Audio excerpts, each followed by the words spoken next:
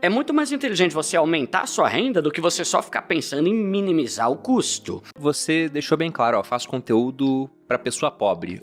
O que você classifica como uma pessoa pobre? Só pra gente estar na mesma página. Boa. Ó, eu considero pobre a pessoa que ela tá toda endividada, não tem nenhum dinheiro investido em lugar nenhum e trabalha o mês inteiro só para pagar boleto. É isso. Então, tem gente que ganha 3 mil que vai estar nesse trio, tem gente que ganha 10 mil que vai estar, e tem médico que tá nisso. Isso é verdade. Né? A pessoa que sobe muito o nível, né? Esses dias eu participei de um evento só de médicos, né? E é incrível, mano. Tipo assim, o cara ganha 40 pau. Só que ele consegue comprometer o custo de vida dele para 45. Então ele tá todo endividado, não tem dinheiro investido e trabalha o mês inteiro e muito, né? Só para pagar boleto. Então é isso que eu tento resolver para a pessoa. O meu canal é mais para falar de mudança de mentalidade e dica prática no dia a dia para a pessoa sair da pobreza. Pode falar que você fala mais de finanças pessoais do que de investimento. Organização financeira, reserva de emergência. Só que tudo acaba meio que entrando um pouco em investimento ali de qualquer forma. Em 2018 eu comprei meu apartamento, porque eu ia casar e casei, né, em 2019. Aí eu comprei um apartamento lá em Osasco, que é onde eu moro ainda. E eu financiei em 30 anos. E aí você fala, cara, eu sempre odiei, Bruno, ter dívida, mano. Qualquer dívida, sabe? Não gosto. Me dá agonia, sabe? Saber que tô devendo pra alguém, né? E por mais que o financiamento seja uma dívida que eu considero muito boa e que tava controlada... Juros baixos, né? Juros baixos, é. Pô, 3 décadas. Ninguém merece, né? Você tinha quantos anos na época? Eu tô com 39 hoje, né? Eu tinha 35, acho, mais ou menos. Então era quase que a vida que você já tinha... para pagar o financiamento. Exato, quando eu vou me aposentar pelo INSS, eu vou pagar isso aqui, né? Falei, não, ninguém merece, né? Aí eu comecei a procurar formas de quitar mais rápido o financiamento. Aí eu descobri um negócio de amortização. E eu vi que funcionava. Tipo assim, a minha parcela era 1.200, às vezes eu dava mais 200 ali e eliminava um mês. Dava R$1.000, eliminava 4, 5. Eu falei, caramba, não é que o negócio funciona? Aí eu me empolguei, cara. Vendi meu carro, vendi bicicleta, violão, fui me desfazendo dos meus bens pra quitar essa dívida, né? E aí hoje eu sei disso, né? Na época eu não tinha organizado isso, né? O que eu considero, Bruno, como educação financeira? Você saber ganhar dinheiro, você saber usar o dinheiro com inteligência e você saber multiplicar o seu dinheiro. Eu não tinha formalizado essa ideia na cabeça até então, mas eu sabia que eu era bom pra ganhar e pra usar o dinheiro. E aí... pensando que educação financeira é saber ganhar, e isso para o pobre é muito importante, porque ele ganha muito menos do que um rico, né? Financeiramente falando, né? É saber usar e saber multiplicar. E é esse multiplicar que a galera não sabe, assim como eu também não sabia. Por quê? Porque mesmo sendo um cara que ganhava 3 pau por mês, eu tinha uma casa própria, que não estava quitada, mas já tinha... avançado bem ali na amortização. Eu tinha um carro, todo ano eu viajava com a minha esposa. Porque você colocou muito bem que se a gente encontra o brasileiro que ganha um salário mínimo e vê o cara endividado, todo mundo pensa, pô, mas também o cara ganha um salário mínimo. Só que isso acontece com o cara que ganha um salário mínimo, o cara que ganha 10 e o cara que ganha 100. Você disse de médico, não é raro encontrar o cara que ganha 50, 60 mil e você vai olhar, o cara não tem patrimônio constituído e consegue gastar mais do que ganha. Então, como você pega muita gente assim, que tá trabalhando só para pagar boleto, e aí o cara não tem opção de parar de trabalhar, o que infelizmente é o retrato até dos aposentados no Brasil.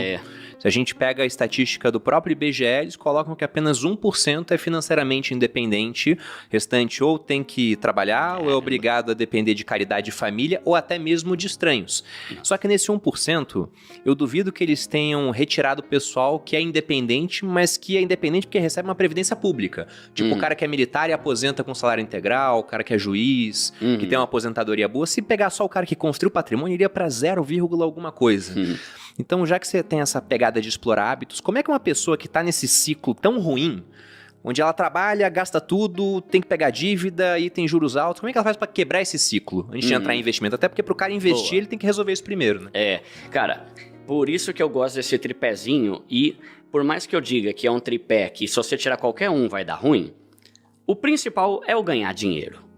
Então, tem muita gente que quando a gente fala de investimento o tempo todo, né? E o que eu mais recebo é, como é que o pobre vai investir se não consegue nem pagar as contas direito? Cara, faça mais. Faça mais. Não tem milagre. Eu falo, Deus faz milagre. O que eu faço é ou ganhar mais ou gastar menos. Se eu já tô numa vida miserenta ali, que não tem mais de onde tirar, já tô vivendo ali quase que na miséria, a minha opção não é continuar tirando mais para poder investir, é fazer uma renda extra. Quer ver uma coisa que eu falo muito no canal? Tem canal, sei lá, que chega e fala assim, você aí tá passando dificuldade, toma um banho mais curto. Você fica 10 minutos no banho, toma um banho de 2 minutos. Eu falo, caramba, vai se lascar, velho, deixa eu tomar meu banho. Oh, vida miserável do caramba. Só que em vez de eu ficar... O quanto vai mudar, né, cara? Em termos de finanças. Por exemplo, vou dar um exemplo qualquer aqui. Comece a fazer Uber à noite. Cara, aqui em São Paulo, em capitais, você tira no mínimo R$1.000 líquido trabalhando como Uber das 6 até as 11 ou meia-noite, sei lá. Cara, com R$1.000 você toma o banho que você quiser, criatura. Vai tomar esse banho aí decente, compra o papel higiênico que você quiser, sabe? Então, eu falo muito que, principalmente pro pobre, é muito mais inteligente você aumentar a sua renda do que você só ficar pensando em minimizar o custo, né? Aí, vamos pegar o meu exemplo. Eu trabalhava como CLT, tirava ali um salário líquido de uns 3 mil. Pô, meu financiamento era 1.200. Não tinha vale alimentação. Você bota aí mais uns 800, R$1.000 no mercado. Só aí já foi 2.200. Aí você bota água, luz, gasolina, não sei o caramba. Já foi 3 pau. Como é que eu vou investir? Eu pensava nisso, só que eu pensei na solução. Vou ter uma banda de música para casamento, eu vou começar a dar aula, eu vou começar a fazer site, é tudo coisa que eu aprendi, sabe? Vou editar clipe. Como que você aprendeu a editar clipe? Vendo vídeo no YouTube. Como que você aprende... Quer ver? Vou dar outro exemplo. Eu tinha uma banda de casamento e eu tocava de sábado. Aí eu reparei, mano, que caramba... Quando você vai casar, o pessoal do buffet mete a faca por qualquer coisa. Você vai querer um microfone? Vou, R$500. Falei, caramba, velho, né? Você vai querer caixa de som pra soltar a música? Vou, 1.800. Pra noiva é mais caro, né? É, sempre. O terno do noivo é 1.000 vezes mais caro do que se você pegar o mesmo terno pra ir pra uma festa, né? Deu uma treta outro dia em rede social, porque maquiagem pra noiva, por algum motivo, é mais caro do que pra quem não é noiva. Aí uma noiva pediu maquiagem, não falou que era noiva, e depois a maquiadora veio lá casando naquele dia. Só que não tem por que ser mais caro, mas o pessoal vende mais caro. Mancada, hein? Você não avisou que ia casar, né? Mano, não precisa. Então, aí eu vi lá que tudo era caro. Eu pensei, cara, como é que eu posso ganhar mais dinheiro em cima disso? Aí eu pensei, eu vou comprar uma caixa de som, um par de caixa de som da JBL, que era muito bom, R$3.000 eu paguei. Comecei a oferecer pros noivos. Falei, ó, se você quiser, em vez de alugar lá no buffet, você contata comigo aqui, eu cobro 700 pau. O kit de caixa, mais microfone, que é barato também. Tipo assim, 5 casamentos eu já peguei o dinheiro de volta e comecei a lucrar. Então, só essa renda, cara, com o meu salário, eu já tinha ali uma autonomia financeira, eu já conseguia pagar minhas contas. Tudo que eu fazia de renda extra, eu investia. E assim que eu consegui sair da pobreza, mesmo antes de ter meu canal, né? Então, começa por aí.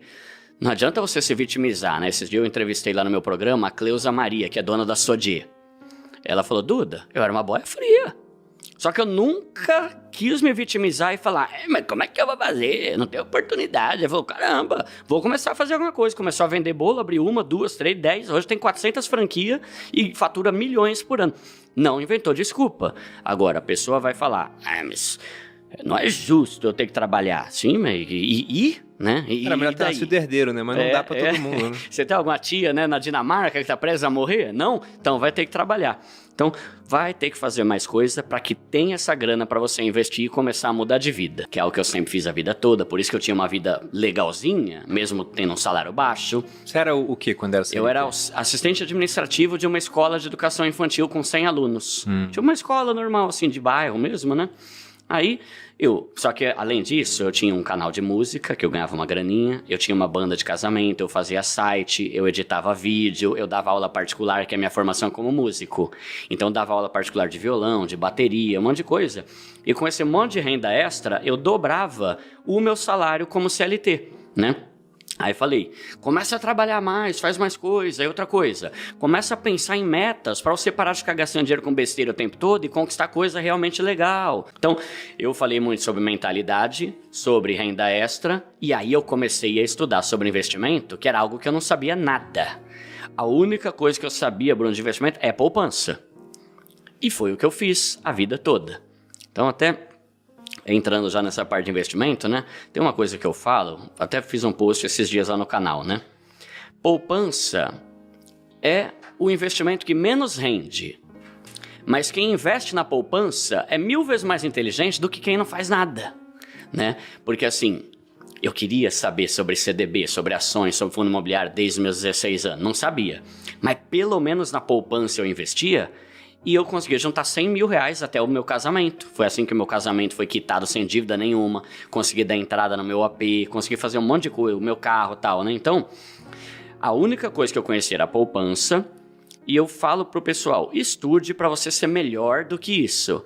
Mas se você tá botando um dinheirinho lá, você já tá muito à frente de quem não faz nada. Imagino que pelo menos os mais básicos, um CDB, um Tesouro Selic, você vai abordar. Até porque você falou isso do cara da poupança, né? Ele tá a um passo de começar a investir bem melhor. Basta no mesmo banco você da poupança e ir pra um CDB de liquidez diária, e às vezes é tão fácil. Exato. Só que eu falo, né? A internet é incrível, né, Bruno? Tipo, o YouTube pra mim foi uma das melhores invenções da nossa geração, assim, porque com ela a gente sabe muito mais. Pô, tem o seu canal, tem o meu, tem o do Thiago, tem tanta coisa que há uns anos atrás aí a gente ficaria só no que o gerente fala. Exato. Né? E naqueles anúncios que tinha no banco, né? Título de capitalização, 50 motos, 4 geladeiras, né? E achando que era um bom negócio. Né? Então, eu comecei ensinando sobre as coisas mais simples, fui falando sobre poupança, falando sobre caixinha, falando sobre renda fixa, que é o que eu mais gosto de falar ainda, né? E uma coisa que eu falo muito é, cara, você só aprende quando você bota a mão na massa. É verdade. Né? Tipo, tem gente que já assistiu 89 podcasts, já viu 3 cursos, mas enquanto você não bota o dinheiro ali, você vai ficar inseguro e com medo, falando, não, eu tenho o pé atrás. Como é que tá hoje o seu patrimônio em termos de investimento, cara? Tá. Dentro do que você pode revelar também. Tá bom, né? não, tá bom. Vou falar em percentuais, né?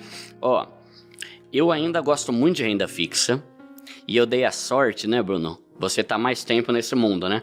Eu dei a sorte de pegar a renda fixa numa hora boa, né? Pô, 10, 11, 13, não CDB, caramba, né? Tipo, quem veio em 2020 ali, acho, né, que tava 2%, né? Merreca do caramba, né? Então eu dei a sorte, né? Lembra que o pessoal achava que era uma baita oportunidade pré-fixado, tesouro pré-fixado pagando 5%. É mesmo? E era, né? Pro contexto da época, né? Tava 2, né? Então, isso foi muito bom. E eu ainda tô surfando nessa onda da renda fixa, que ainda tá muito boa. E eu sou uma pessoa mais moderada.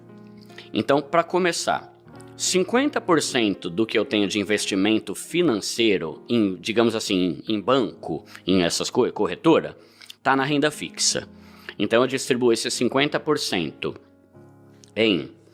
Eu gosto de ter uma grana na caixinha, ou porquinho, ou cofrinho, para ser bem prático, para eu usar em momentos que eu preciso agora. Principalmente agora que eu tô construindo a nossa casa, eu e a minha esposa. Aí vai dinheiro toda hora. Seria um CDB de liquidez diária, isso? Ou um CDB com liquidez diária, ou essas caixinhas, cofrinho e porquinho, que tem no Nubank, no Banco Inter, que é praticamente a mesma coisa, só muda o nome. Sim. Né? Tem cobertura do FGC também, e é o que eu gosto. Aí, eu tenho dinheiro em CDB com liquidez diária também, dentro desses 50% do meu patrimônio, tá? Aí eu tenho LCI, LCL também gosto. E por que eu acho legal, Bruno, botar nessas... Às vezes a rentabilidade é meio parecida, mas eu gosto de diversificar para conhecer, né? Para entender como é que funciona. Então, eu falo sobre muita coisa, mas o carro-chefe no meu canal é a renda fixa mesmo, né? Que é o que eu mais gosto de falar. E você fez um uso muito bom do dinheiro, porque quantas pessoas não fazem esse passo da renda extra, mas o cara, ao invés de guardar aquilo, ele simplesmente começa a gastar mais. Sobe o nível, E aí, como é renda extra, pô, você fez um mês lá, 3 mil a mais porque teve bastante casamento. No outro mês não tem. Imagina o cara que vivia com 3, aí depois de alguns meses ganhando 6, ele fala, deixa eu aumentar o padrão de vida, e de repente não consegue mais. Sim. Aí o cara vai e se endivida. Que é até o que o Robert Kiyosaki, ele fala, né, que o erro das pessoas é esse. Ele fala que o rico é o cara que compra ativos, a classe média compra passivos, ou seja, estou ganhando mais, deixa eu comprar alguma coisa aqui que não vai me gerar mais renda, e que o pobre, infelizmente, só tem despesa. Eu mereço, né? Pessoal, da minha parte, obrigado por estarem aqui com a gente, confiarem no nosso trabalho. Obrigadão por confiarem na gente. Um beijo e, principalmente, fiquem com Deus, que é o seu maior sócio, pode ter certeza disso.